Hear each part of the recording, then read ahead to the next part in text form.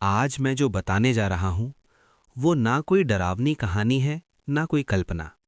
ये मेरी जिंदगी का सच है। मैं ये सब इसलिए बता रहा हूं क्योंकि आजकल लोग YouTube पर थर्ड आई के वीडियो देखकर उसकी पावर सुनकर बिना समझे बिना तैयारी इस रास्ते पर चल पड़ते हैं। कोई इसके साइड इफ़ेक्ट्स नहीं बताता, इसलिए मैं बोल रहा हूं। मेरे पास बहुत अनुभव है, लेकिन सब कुछ नहीं। सिर्फ उतना ही बता रहा हूं जितना समझना ज़रूरी है। मैं अपना नाम नहीं बताऊंगा, बस इतना जान लो मैं पुणे महाराष्ट्र से हूं और जो कुछ आगे है वो मैंने खुद झेला है। मैं बचपन से पूजा पाठ करता आया हूं। किसी ने मुझे मजबूर नहीं किया। मेरा मन खुद ही भगवान की तरफ जाता था। मैं भगवान दत्तात्रेय और दुर्गा माता की पूजा करता था, रोज, नियम से। हर दिन देवी का 11 माला जाप। मेरे लिए ये कोई साधना नहीं थी। ना मुझे कोई शक्ति चाहिए थी, न चमत्कार। बस मन को शांति मिलती थी। मैं नियमित रूप से एक मठ भी जाता था। वहां ध्यान करता था, पूजा करता था। धीरे धीरे कुछ अजीब होने लगा। जब भी ध्यान में बैठता, मेरे माथे के बीच हल्की सी कंपन महसूस होती। पहले मैंने ध्यान नहीं दिया, सोचा ध्यान का असर होगा। लेकिन कुछ दिनों बाद वो कंपन बढ़ने लगी। कभी गर्माहट, कभी दबाव। ऐसा लगता जैसे अंदर कुछ जाग रहा हो। मैं समझ नहीं पाया कि ये शुरुआत थी। फिर मैंने एक छोटा सा संकल्प लिया। कोई बड़ा व्रत नहीं, कोई लालच नहीं, बस 11 दिन लगातार पूजा। उसी समय नवरात्रि शुरू हो गई। मैंने पूरे मन से देवी का जाप किया और उसी दौरान मेरे माथे की एनर्जी बहुत तेज हो गई। अब वो सिर्फ महसूस नहीं होती थी, वो साफ साफ लगती थी। मेरी समझ से तीसरी आंख पूजा पाठ, लगातार जाप और ध्यान की एनर्जी से जल्दी खुलने लगती है।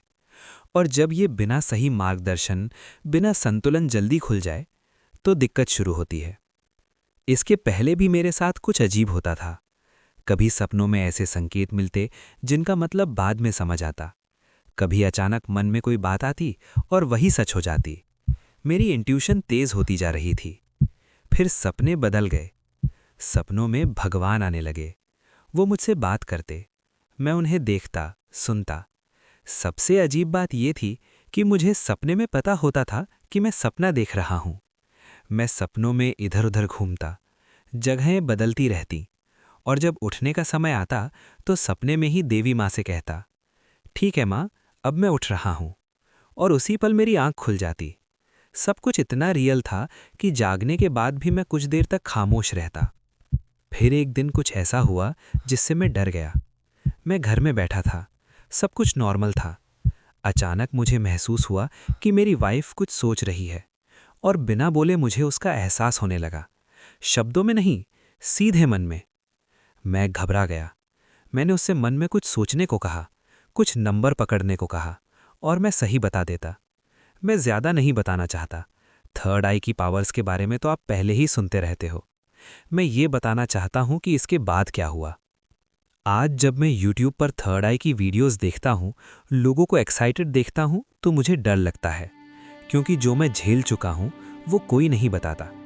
कोई ये नहीं बताता कि अगर तीसरी आंख अनकंट्रोल्ड तरीके से खुल जाए तो इंसान अंदर से टूट सकता है। उसके बाद मेरी जिंदगी का सबसे मुश्किल दौर शुरू हुआ। नींद खत्म हो गई। रात को सोता, लेकिन सो नहीं पाता। और अगर नींद आती भी तो पूरी रात सपनों में ही रहता। मुझे पता होता था मैं कहाँ हूँ, क्या देख रहा हूँ, जैसे दिमाग कभी सोया ही नहीं। सुबह उठता तो शरीर थका हुआ, मन और ज्यादा थका हुआ। धीरे धीरे डर बढ़ने लगा। बिना वजह घबराहट, सीने में बेचैनी, दिल तेज धड़कना। कभी लगता कोई आसपास है। दिखता कुछ नहीं था, लेकिन महसूस होता था। मैं इग्नोर करता रहा, सोचता है शायद ओवर थिंकिंग है। लेकिन फिर और भी होने लगा। किसी को देखकर उसकी परेशानी समझ में आ जाती। किसी के बारे में मन में अजीब ख्याल आने लगते।